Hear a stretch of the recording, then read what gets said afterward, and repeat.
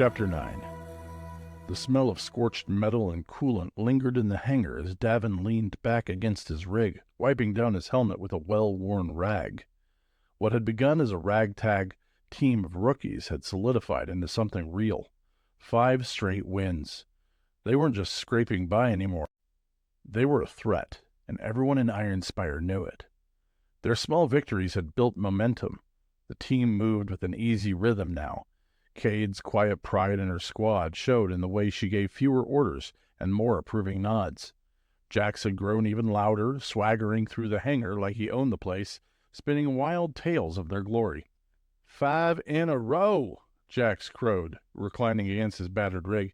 I'm telling y'all, one more win and I'll be signing hats, boots, maybe a few foreheads. Hell, I'll charge extra if they spell my name right. Lyra walked in, wiping grease from her hands, her jumpsuit tied off at the waist. You'll be signing repair invoices if you keep talking like that, she teased, though her eyes sparkled with amusement. She turned towards Davin. Cade said we've got visitors, corporate types. Davin groaned. Perfect, just what we need. Well, it's what happens when you're good, Lyra said with a grin. They can't leave you well enough alone. The metallic hiss of the hangar doors cut through the air. 2 figures entered, sleek, composed, and out of place among the grease-stained machinery. The woman in front wore a perfectly tailored gray suit, her gaze sharp behind thin-rimmed glasses. A man trailed behind her, hands tucked casually in his pockets, his smirk etched onto his face like a permanent fixture. The woman's eyes found Davin immediately. Mr. Davin Holloway, and Miss Lyra Holloway. Her voice was smooth, professional, and cool as polished steel. My name is Elena Voss. We need to discuss your future. Davin felt the hairs on the back of his neck rise. Voss? He asked cautiously. Any relation to Tarek Voss? The woman gave a small, composed smile. He's my brother, one of many. She shrugged slightly, as if the connection was barely worth mentioning. He recruits, I manage. We complement each other. Davin's stomach tightened. Tarek had been slippery, always holding his cards close, but Elena Voss was sharper, more dangerous. She wasn't just here to talk. She was here to make them an offer they couldn't refuse, or at least she thought they wouldn't. Elena gestured towards the door. Let's walk. I won't take up much of your time. Davin and Lyra exchanged wary glances, but followed. The hum of machinery and distant chatter echoed through the metal corridors as they walked along the overlook that ran above the repair bays. You've built something impressive, Elena said smoothly. 5 straight wins. That's more than just luck. That's consistency, and consistency is valuable. Lyra folded her arms. Let me guess, you're here to make sure we keep being consistent, but on your terms. Elena smiled at Lyra without missing a beat. Exactly. Braxel Dynamics wants to sponsor you. We can provide new rigs for Davin, cutting-edge tools for you, and steady funding for all your future matches. The man beside her finally spoke, his voice smooth and smug. And let's not forget protection. No more wondering if your next fight will be your last. With Braxel behind you, you'll have everything you need to succeed. Davin's jaw tightened. And what do you get out of it? Elena gave him a level look. What every sponsor wants, loyalty. Your victories will fly under Braxel's banner. We'll ensure you climb the ranks, and we'll share in your success.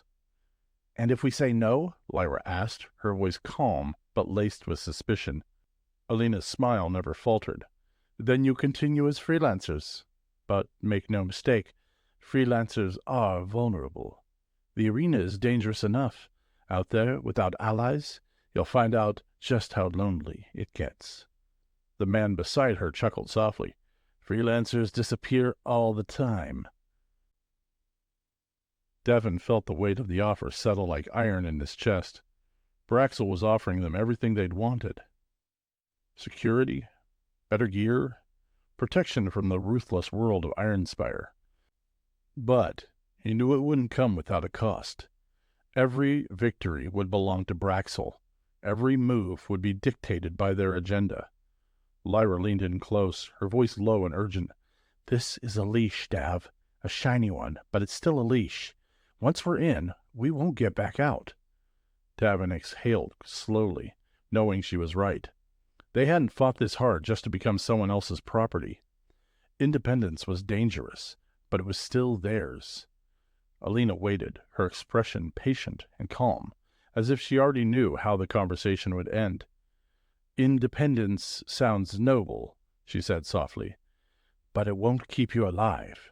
This is your chance to build something that lasts." Davin met Lyra's gaze, her green eyes full of quiet resolve. He knew what he had to do. Turning back to Alina, he squared his shoulders. "No deal." Alina's smile didn't flicker, not even for a moment. Her composure remained flawless, as if the rejection was just another outcome she'd accounted for. "I see. That's unfortunate," she said, her tone as smooth as ever. The man beside her chuckled, but Alina silenced him with a glance. "Thank you for your time," she continued, her voice professional to a fault. "I wish you the best of luck. You'll need it." Without another word, she turned and walked away, her companion trailing behind her. They disappeared through the hangar doors, leaving only the subtle hum of machinery in their wake. Davin let out a slow breath, tension bleeding from his shoulders. The knot in his chest didn't ease, though. He knew they'd made the right call, but it didn't feel like a victory. "They're not done with us," Lyra muttered. "No," Davin agreed, "they're not." The siblings stood in silence, the weight of their decision pressing down on them. They had chosen independence, but the road ahead would only get harder. "You sure about this?" Lyra asked quietly. Davin exhaled, forcing his hands to unclench. "No, but it's the right call." A grin split across Jax's face as he sauntered towards them, boots clanking against the metal floor. "You two planning to stand around moping all night, or are we celebrating? 5 wins, baby! Ain't no time for second-guessing." Lyra smirked, some of the tension lifting. "Still got that awful ale, Jax?" Jax puffed up his chest and gave an exaggerated nod. "You bet I do. But still, let's not forget, Lyra," he waggled a finger at her with mock seriousness, "you're still too young for it." The whole team burst into laughter, even Davin. The weight in his chest eased, just a little, under the sound of their shared joy. Lyra rolled her eyes, unable to hide her grin. "I'm fixing your rig tomorrow, whether you like it or not, Jax." "Fair trade," Jax hollered, slapping Davin on the back. "Now come on, y'all. We got 5 wins to toast." Davin followed them towards the hangar's back room, his laughter fading into thought. They'd chosen the hard road, but at least they'd chosen it together. The storm was coming. The corporations wouldn't forget their defiance. But for now, at least, they had a team. And for Davin, that was enough. For now.